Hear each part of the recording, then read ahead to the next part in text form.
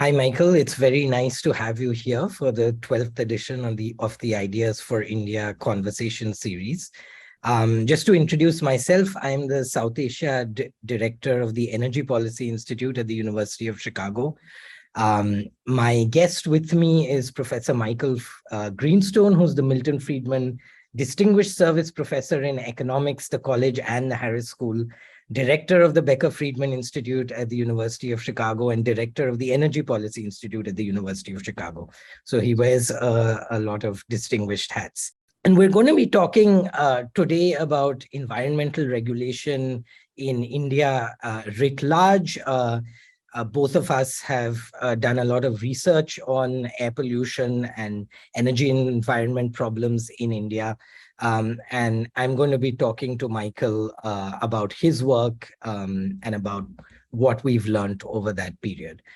So, Michael, let me just start by giving you some context for how this conversation came up. So, a couple of months ago, I think the Yale Environmental Performance Index was released. And, this is, as I'm sure you know, a kind of ranking of countries put together by Yale University on environmental performance as they have it. And India ranked dead last on that index. Now, it's been criticized a lot in India for various reasons, which we might get to during the course of this conversation. But it's also a good opportunity to talk about some of the problems that we've been working on. So I guess I wanted to, start things off with this kind of, top level question, which also applied to the Yale EPI. So if you look at the Yale Environmental Performance Index, all the countries on the top of that index tend to be rich and developed nations. And everybody at the bottom of that index is a poorer developing country. And so one question is, should we think of environmental pollution as basically being something that you get along with growth? You get rich, you outsource manufacturing, you have more money to spend on cleaning up the environment and on regulating industry. And so it's a matter of time and needs to follow in the course of environmental growth. So first, that's a great question. And let me start by saying it's unclear I should be interviewing you or you should be interviewing me. As you know, but maybe not all the people listening know, we've been longtime collaborators, and much of what I know and understand about environmental and energy questions in India comes from our collaborative work and things I've learned from you or learned from Nick Ryan or learned from Rohini Pandey or our work on electricity with Robin Burgess. So I just want to acknowledge that from the start. Now, on your question, let me even just back up and make it a little more wonky. There's an idea called the environmental Kuznets curve. And that idea became popular in the academic literature maybe about 15 or 20 years ago. And the idea is that there's like an inverse U relationship between income and environmental quality.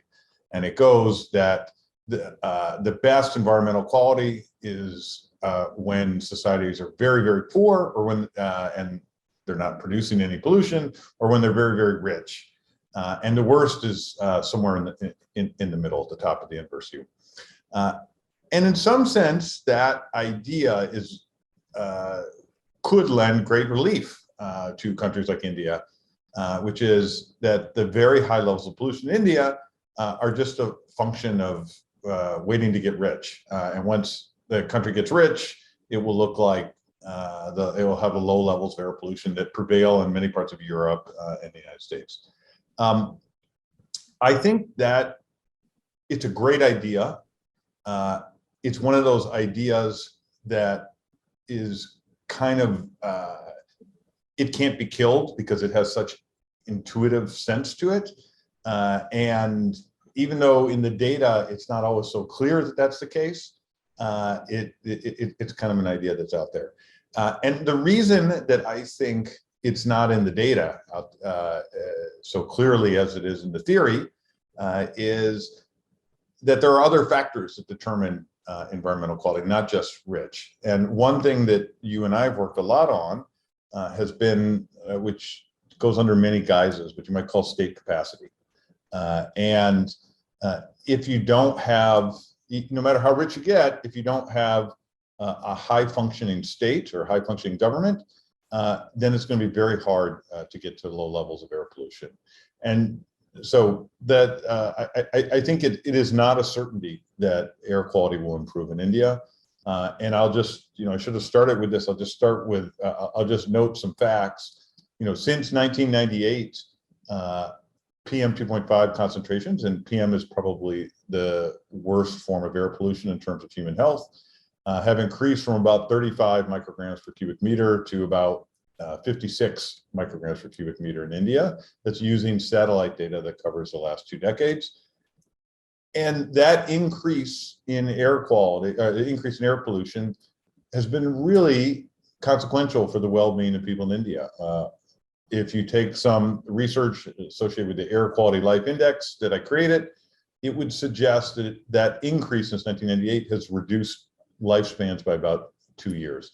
So I guess to return to your question, I do not think it's a fait accompli that getting rich means air quality or environmental quality will improve. And the consequences for India, which now has very high levels of air pollution, are, urgent in terms of human well-being. Yeah. So, Michael, that's an interesting starting point to maybe, when we start thinking about state capacity, some of the work that we've been doing, and it's taken us sort of the best part of a decade, was to put in place, a cap and trade market in Gujarat and see if that helps deal with regulating industrial air pollution any better. And I think, the mere fact that it took 10 years makes you sometimes wonder whether the idea's time came independently or whether we were there or not. We start suggesting something in 2011, but the fates have deemed it to occur in the arc of development only in 2021 or whatever. But that aside, I wanted to ask you whether you think, well, 2 things. First, it would be useful for people to just very quickly hear about what we found in using that emissions trading scheme in Surat, and maybe how it links up with some of your earlier work on the failure of existing regulation. But I was also hoping we could couple that, with this question on whether the academic literature on how we talk about environmental regulation is missing something when we think about developing countries. Because the only thing we keep hearing about cap and trade schemes, for example, is that they're cheap. This is efficient environmental regulation. You can cut pollution in many ways. This way, you'll cut pollution more cheaply.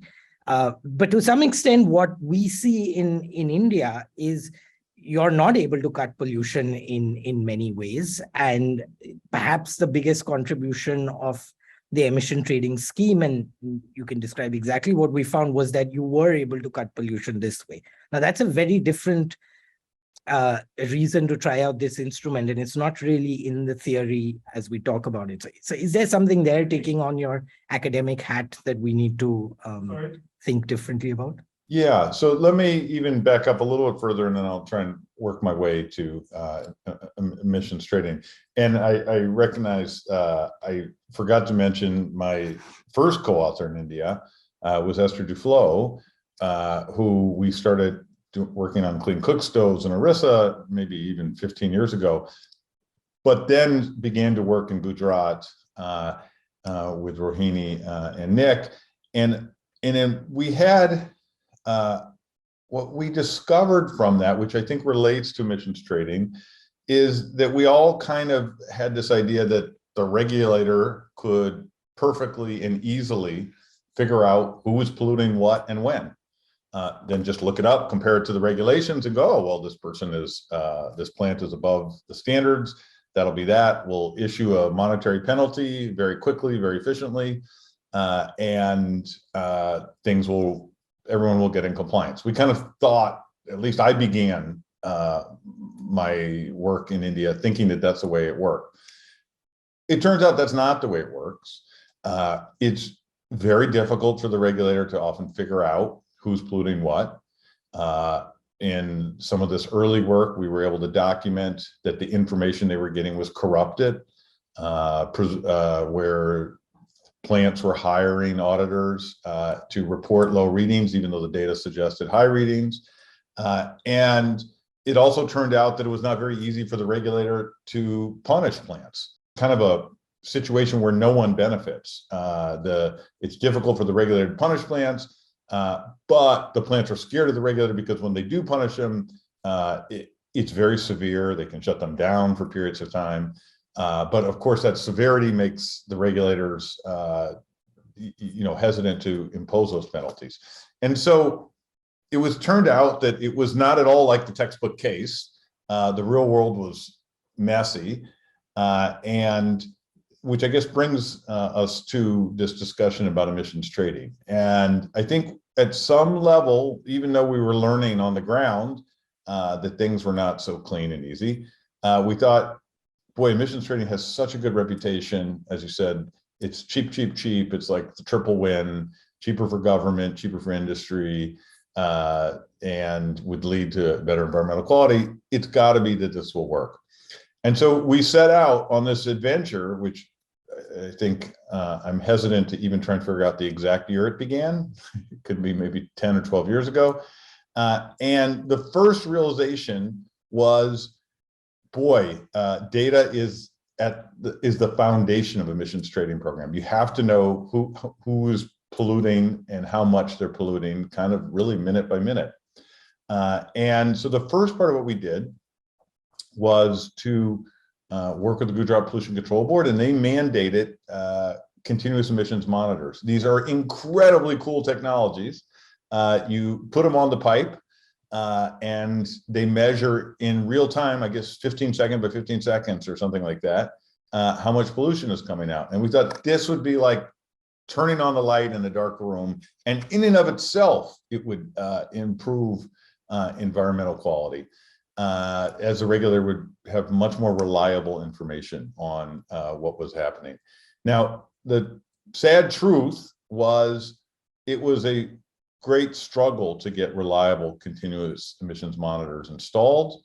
It was, the readings were often did not reflect the reality on the ground. And there was just a lot of resistance to even installing them. So I don't know, not this is my work as much, your work as much as mine. So I don't know if you want to add a little color for the listeners here.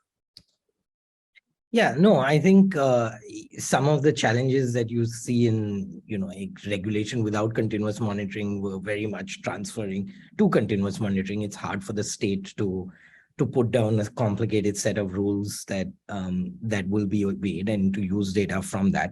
And I think in that sense, it was not, it was maybe not hugely surprising that that you're not able to get good data out of these machines if you're not able to get good data out of the manual monitoring, at least within the current. I thought one of the interesting things was how the incentives that a market create interact with the measurement technology. And I think that's again something that maybe people have not paid so much attention to, and I certainly hadn't thought of that way. You sort of have data, then once you have data, you decide what you do with the data.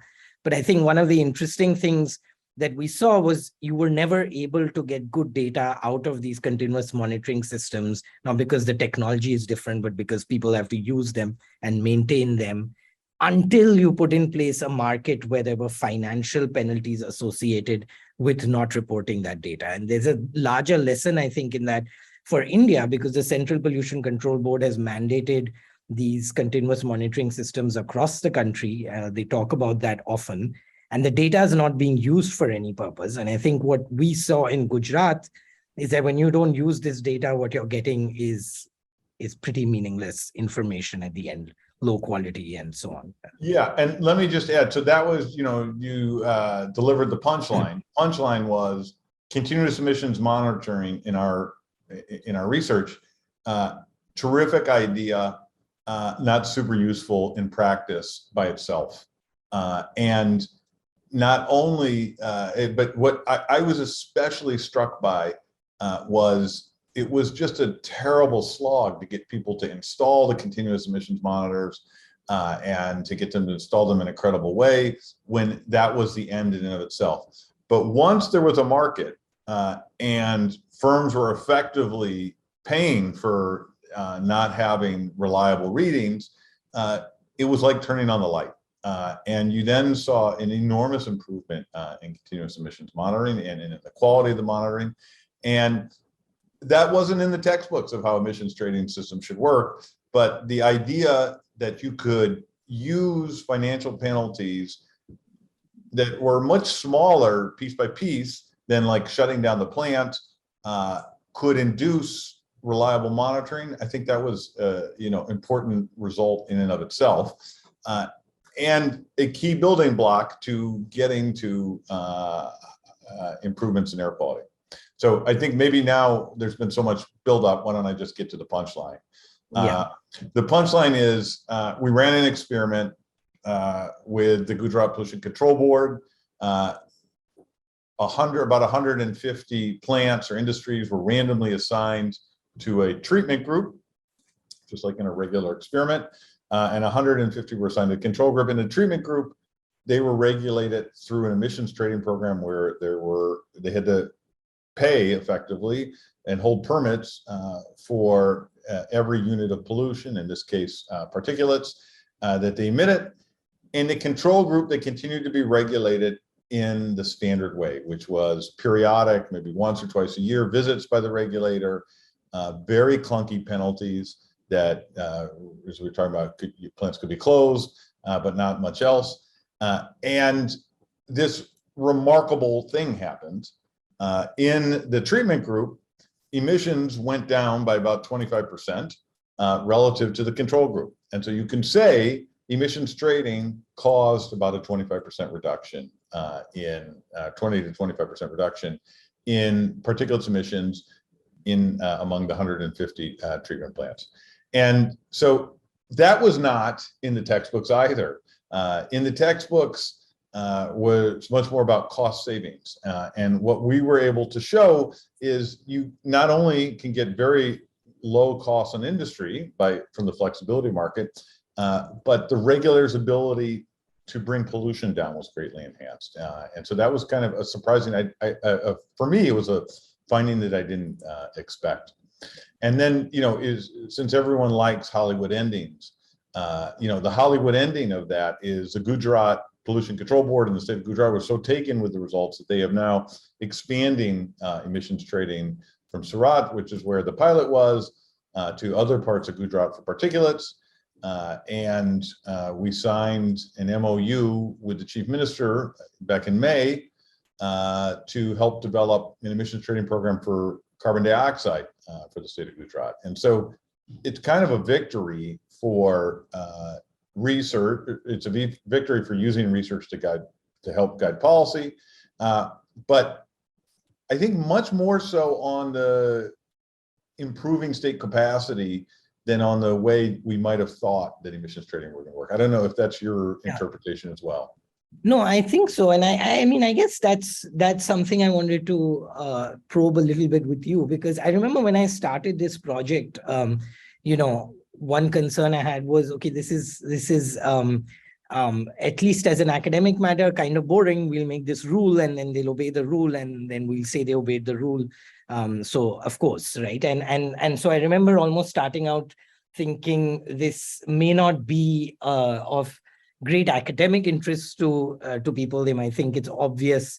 This was way back when I proposed this idea and it was all going to go smoothly in 2 or 3 years, but it's probably a really important policy move for India that it would be useful to be part of if you could think of something that would reduce pollution.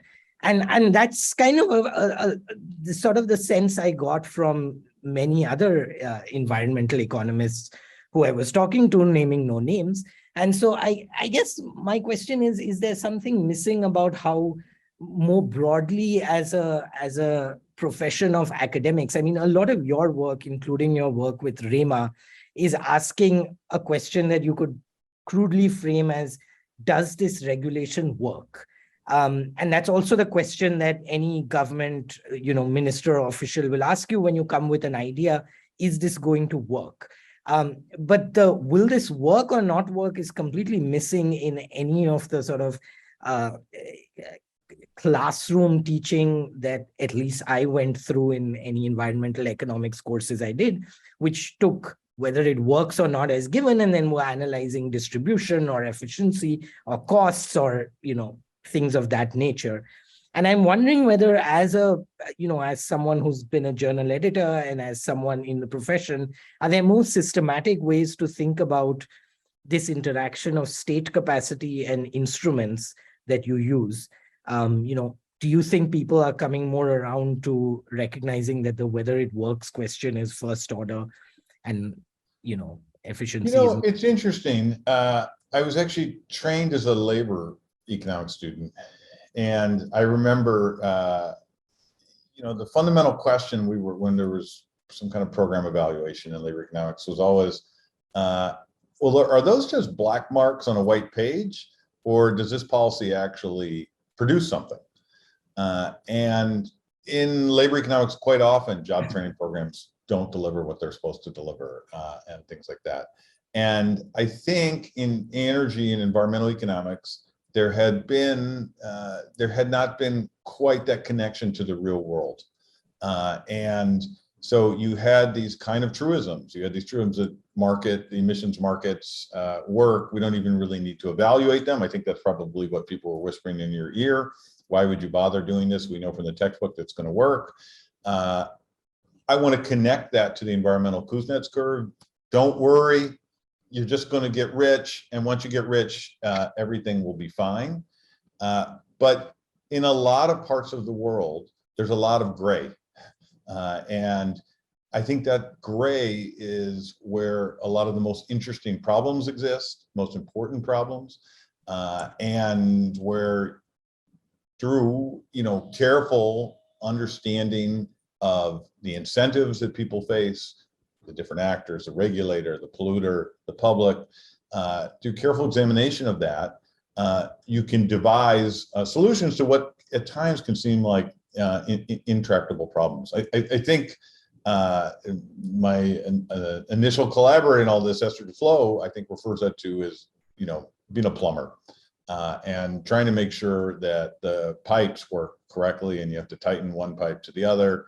And it can sound kind of boring. It can sound a little granular, but at the end of the day, that's what determines, in my experience, and I believe you have the same conclusion, that it determines the air that people breathe, and the air that people breathe determines how long they get to live and how sick, whether or not they're sick while they're alive. And I just think there's a lot of opportunity in this gray or in the messiness of the real world that doesn't exist in the textbook pages. Yeah, I agree. I think I'm going to move on in a bit to some of your work on climate change. Before that, I just wanted to kind of, one thing that a lot of environmentalists and environmental scientists in India have been pointing out is that a significant chunk of air pollution in India, by some estimates, maybe 50% of total pollution, can be attributed to the biomass that millions and hundreds of millions of people are burning in homes every single day to cook and to eat. Most of our work has focused on sort of more formal sources of pollution, which require kind of regulatory instruments and what they should be and how they work. And those play an oversized role in cities, certainly. But if you think about the clean cooking problem, which you referred to a little earlier, which is, I think, where your India sort of research started out with clean cookstoves, the broader question of how you cut down biomass burning in homes is also an air pollution question, but it's also an energy question, I guess. So, I think that's sort of a interesting place where some of the research that we've been doing on how we get electricity into homes connects very much with this air pollution problem that People who work on industrial regulation are often accused of ignoring that the reason we're polluted is that there's a lot of biomass being burned inside homes. And one of the ways you could move away from burning biomass in homes is to use electricity to cook instead. And that kind of links to this question of why are people not using electricity to cook when it's a pretty cheap fuel as far as prices go. So I might circle back to that a little bit at the end of this talk if we have time. I don't know if we will, but there's a lot of research that the two of us have been doing on trying to answer the electricity question. I can't say we've knocked everything out there, but I think it does link together with air pollution through this dimension. I don't know if you have any kind of thoughts you want to throw in on that. Let me, no, thank you. It's a really important question. Here's my view. There is a fetish. If you're an environmental economist, there can be a fetishization of just looking at the environment. And if you're an energy economist, there can be a fetishization of only looking at energy. And I think, or electricity demand, I think what that misses is what every community in India, country of India, other countries, Pakistan, Bangladesh, the EU, the United States, the whole world is struggling with, is something that I think of as the global energy challenge. And that global energy challenge is not just about focusing on environmental quality. In fact, I think of it as a stool that has three legs. And it is the need for societies to find inexpensive and reliable sources of energy. So if you can't depend on the grid, then you're going to find something else. So the first goal that I think societies face is how do we get inexpensive and reliable energy to their people? And the second goal is how do you avoid doing that without leading to these terrible levels of air pollution that cause people to lead shorter and sicker lives? And the third leg of the stool is how do you do that without causing disruptive climate change? And the problem is that the fossil fuels, be they biomass or coal or natural gas or oil, often involve the release of particulates and involve the release of CO2. And so what all societies are trying to do is to find a way to balance between those goals. And so to only focus on one of those goals, I think, is to miss the big picture and miss what people are trying to, and societies are trying to sort out. Yeah, and it's ironic because that biomass is a renewable energy source. And so it often gets talked about as, at least maybe not so much within India where people are more exposed to it, but kind of more broadly as, oh, this is renewable energy. This is a large portion of India's primary energy mix is renewable, therefore clean. And I think that's really interesting because, it's probably doing a lot more damage than turning to a, larger scale fossil fuel like coal in a power plant would do. If it was. And I know you're trying to put guardrails on this conversation, but let me just break through one of them for a second. Part of the problem is, and how state capacity is a thread that runs through all of this, is that there's been tremendous progress in connecting to the grid in the last 5, 6, 7 years under Prime Minister Modi, but they can't depend on the grid. And in many instances, and there are blackouts and just a failure to supply electricity in many settings. And the reason for that is that the basic contours of setting up a market where people get electricity in exchange for paying money that characterizes really all effective markets where people pay for the good doesn't exist in many parts of India, or has been compromised. And that's because electricity has become a right. And the challenge with electricity becoming a right is that means you don't have to pay for it. And if you don't have to pay for it, then that means the distribution company is going to lose money. And so you have this really, really bizarre setting where the distribution companies in many instances want to sell less electricity because they lose money on every kilowatt they sell. And so just think about that. You couldn't have an ice cream shop, or you couldn't have a cellular phone service where the company wants to sell less of its good. And so and I think that it relates to state capacity, and that relates to politics. And there is a clear relationship between that and the use of biomass and the pollution and CO2 problems that India is facing. Yeah, and it's interesting because the Indian Prime Minister has been railing against what he called freebie culture in a number of speeches recently, where he's basically targeting electricity subsidies and the culture of giving electricity for free, which, you know, in turn arguably leads into the willingness of people not to pay their bills, because if they're being written off half the time, it can't be a very big deal in general. It's interesting because the pushback that he got from some of the opposition parties that it was directed to was that they went on a rally and were and said that, you know, the Prime Minister is against freebies, so you can get ready to pay for healthcare and pay for education if the BJP has its way, which is something that then, you know, they of course had to push back on.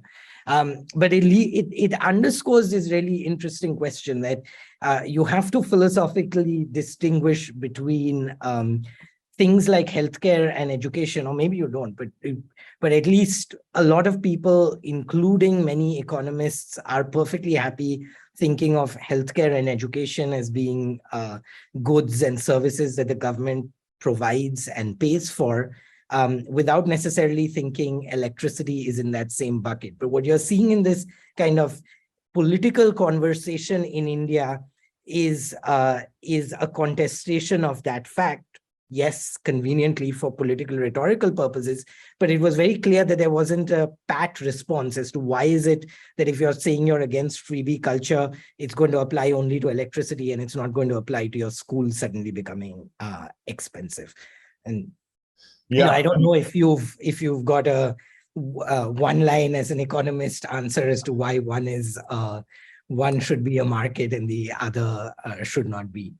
So I think the key challenge there is, so there's a couple things. One is when you think there's a market failure, and we often think that there are market failures associated with the provision of health insurance, and we often think that the returns to education are larger socially than they are privately. And those are good explanations for why you might have lots of government involvement in those sectors. There is a second reason, a kind of redistribution reason, that you might want to intervene in some of these markets. And I guess this comes back to state capacity in some sense. You know, if electricity, it's harder, not impossible, but it's harder to come up with explanations for why there are my consuming electricity, it has some larger benefit than whatever benefit I derive from it. But it's not hard to think of important distributional questions around electricity that everyone should have some minimal access to it. The obvious solution to that is to have different rate structures and or to fix people up through the tax code with one-off payments that aren't tied to electricity consumption to protect the poor. That has been super hard to implement in India. And so if you try to lower the electricity rates for one group, everyone kind of benefits from it. And so then the whole thing unravels. And so I think it's this inability to A, theoretically define where there should be government intervention, and B, to implement it in a very clear way where intervention is warranted. And that comes back to state capacity, that makes this such a complicated problem, and one where you can see people who have good intentions kind of end up in strange places. Yeah, I think it's certainly a humbling area to work in. I mean, Nick and I have been. I think you should talk about that for a minute. Yeah, I think that's on can you deliver this assistance in different ways? So, for example, instead of giving people free electricity, can you sort of use unconditional cash transfers of an equal value instead, and then charge them for that power. Now that is economically efficient. It's much more transparent. It's a cash transfer to people, which is a redistribution of a sort the government is perfectly okay with. And I think we found that there's a lot of something that farmers tend to like. Everybody likes cash, which they can use to buy power, or they could use it to buy something else. And politicians tend to like it as well, because politicians love giving out cash, recognizing that that's maybe even more nice than giving out electricity. I think it does raise political economy considerations, though, which kind of gets to, I think, it sort of harkens back to some of the theory work that Abhijit Banerjee did a long time ago, because there's an entity in the middle, which is the state electricity regulator. And it's not obvious that for the state electricity regulator, it's better to have a world where you have to go and collect bills from millions of farmers and figure out how to meter them and do all of that stuff, as opposed to, say, the status quo, where you say there's a subsidy, we give it all for free, and then we collect a check from the government at the end of every year. So there's an entity in the middle which operationally is left worse off potentially by this movement to a functioning market, because they're the entity that has to actually implement that market. And so, that is sort of, you might think of it as it's just a irritating minor logistical implementation detail, but in the context of kind of trying to change policy, pretty much everyone has a veto power if they're determined to exercise it down the chain of government. So I think, there's a bunch of work that some people have been doing on the political economy of distribution utilities and how they function in India. And I think that's quite central, not necessarily to the theory of what you might want to do, but to whether it's easy to do or very difficult to do. Yeah, and I just want to connect that. It can all sound wonky, state capacity and political economy and all these big words. And those are important words. They help describe the problem in clear ways that you and I can communicate with each other. But like at the end of the day, that translates into different levels of air pollution that people have to breathe. It translates into an inability to purchase electricity, even if you want to. And the absence of that electricity doesn't let you run your business the way you want, or you have to run in a more expensive way. It's a tax on the economy. And those are like real impacts on real people's lives. And so I think, the importance of understanding with great care what the source of that tension is. And if there's, now to be wonky, incentive compatible ways to solve it for all the actors involved, as you point out, including in the example you were using, the state electricity boards. Yeah, and I think that's a good lesson that I've at least had to remind occasionally RAs and so on of, is that when you see something that seems dumb happening in government, it's not normally because you're the smartest person in the room and everybody else is an idiot. At age 22. It's normally because you're not understanding, there's someone in there who's benefiting from this. There's some, there's some outcome that a policy is achieving that maybe you didn't think of, and that is, a reason for it being there. People are using rations for some reason, or people have free electricity for another reason, but it's very rarely because, nobody thought of a textbook solution that you did. But I just want to move quickly before we close this in the last 5 or 7 minutes to some of the work that you are doing on climate change. You're the director of the Climate Impact Lab at the University of Chicago. Now, climate change the climate indicators were the portion of this Yale Environmental Performance Index that took possibly the most criticism within India. I'm not going to discuss, that it's it's not necessarily relevant to your work. The criticism was mostly because most of those are framed as growth indicators. So when you start out with very little carbon, your carbon emissions are going to grow. So if you use that as your indicator of environmental performance, you're sort of guaranteed to put developing countries at the bottom of the list. And I think there's some fairness to that critique.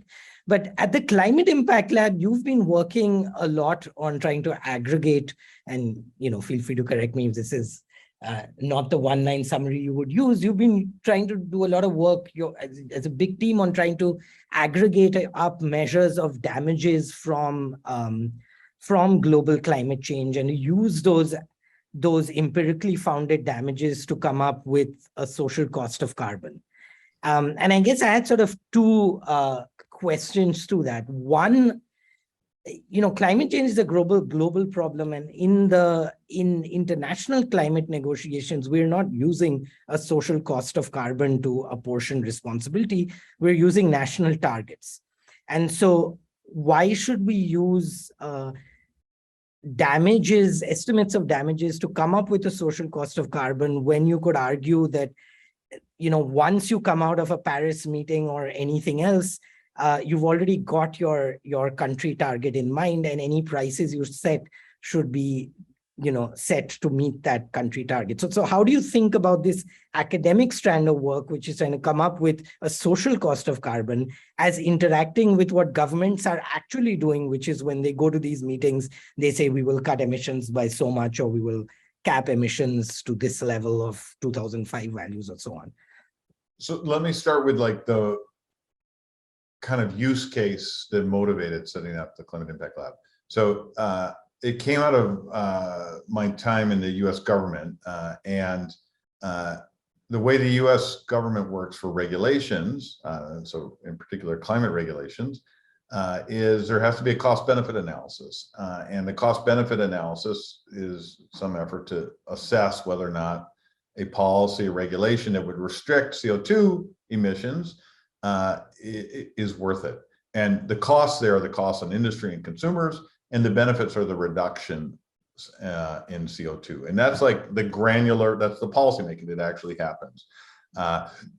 The problem was the US government had no coherent social cost of carbon.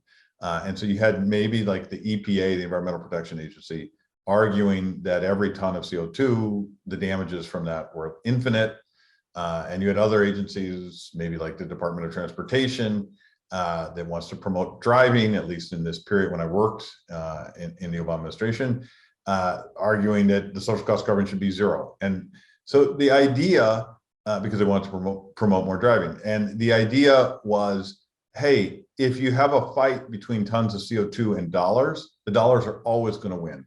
And so what if you could convert the CO2 into monetary damages, and then everything would be on the same playing field? And so what we set out to do with the Climate Impact Lab was improve. So after I co-led a process to set the US government social cost of carbon, and then I left government and with some colleagues set up the Climate Impact Lab to kind of rebuild our understanding of climate damages. And as you said, to empirically found it. And the purpose of that was to figure out, well, what does it cost the world every time an additional ton of CO2 is released? And we have developed estimates that are now maybe 4 or 5 times larger than had been previously understood. And so what is the use of that? I think it's valuable for running policy where you have to compare costs and benefits. And more broadly, it gives you a sense of what the damages from climate change are going to be. And that can be useful in maybe not quite the direct way you're imagining international negotiations, but in helping to set a target for what a country or what the world should be aiming to achieve in terms of CO2 reductions, and kind of give a bright line of where the benefits stop being larger than the costs. So that's all kind of, not specific to India. I do want to turn to India though, and it's why I think India is such an important place in the world, really on all elements of what I think of as the global energy challenge. We've been talking about environment, and we've been emphasizing local air quality. We've been talking about energy access. But there's this third leg of this stool, which is climate change. And one thing that comes out of our work at the Climate Impact Lab is that the impact of a ton of CO2 is very different, is going to be very different depending on where you are in the world. And so, I'll start with like the easier to discuss ones, like if you take Norway or Oslo. So that is a rich part of the world. It's pretty cold. So their wealth is going to allow them to adapt to changes in the climate pretty easily. And the fact that it's already cold, it's actually probably too cold for humans. So they're going to probably benefit on that from climate change, at least the direct impacts. And what is now to turn to India, what's very different in India is it's a much poorer place, and it's also already a very hot place, and kind of at the edges of where it's comfortable and easy to lead lives. And what has emerged from this research is that India is kind of ground zero for climate damages. It's poor to begin with relative on a global scale, and it's already hot, and it's going to be very exposed to climate damages. And so that, I think it has caused me to think more deeply and understand more deeply how these differences in climate impacts are going to be so critical for how the world adapts. And indeed, I'm looking at I put up a map on my screen just to remind myself before we started talking. If you had a world without lines on them, and we're going to call it, those lines are borders, what's so obvious is there's parts of the world where it's going to become much easier and much more pleasant to live. And there's parts of the world where it's going to become very, very hard to live. And for instance, the summer Pakistan is having is really an important example of how hot and all the flooding. And in a world without lines or borders, you just have people move. You'd have, and it might be, it's not easy to leave where you live, but you'd have at least some people decide, you know what, this is too hard. And you would have people moving to Canada, and you would have people moving to Siberia and other places that are kind of cold now. And of course, that's not how the world works. There's lines, and those lines are going to make it very, very complicated politically. I don't think Russia is intent on letting several 100 million Indians move in, and I'm not even sure several 100 million Indians would want to, but like there at least be some pressure in that direction. And that's where the climate impacts are, I think, the most troubling. Is it's a little bit hard to know exactly how that's all going to get sorted out. But to come back to the, our theme here, India, India is a place where the damages from climate change are going to impose great costs and put all kinds of direct costs, but political pressure on India and the world to figure out how to sort that out. No, I think, that the whole question of climate damages and its impact on things like migration and adaptation, I think would make a super important podcast in itself. Just before we close, I mean, let's just pull the thread through of state capacity. Yeah.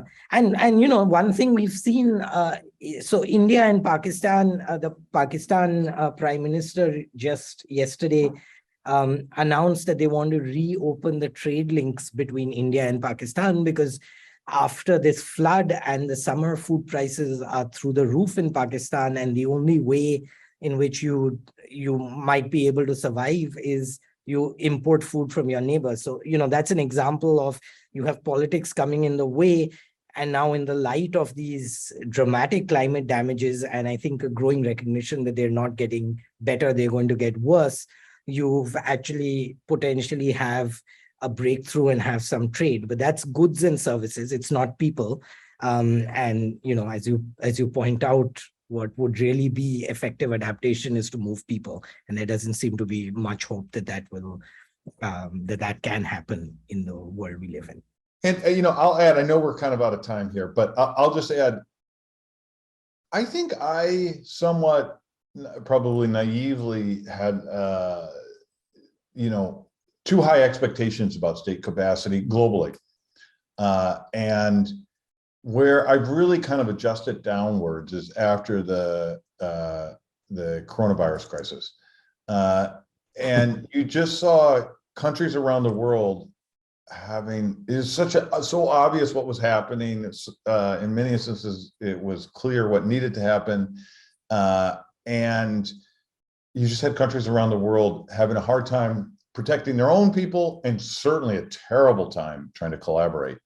And you think about that in the context of the climate problem, which is not a virus that is probably going to be around for a couple of years. It's a virus that's going to be around for decades or hundreds of years. And, I guess there'll be more time to work out solutions, but I just want to connect it to our discussion about state capacity around electricity and conventional pollution.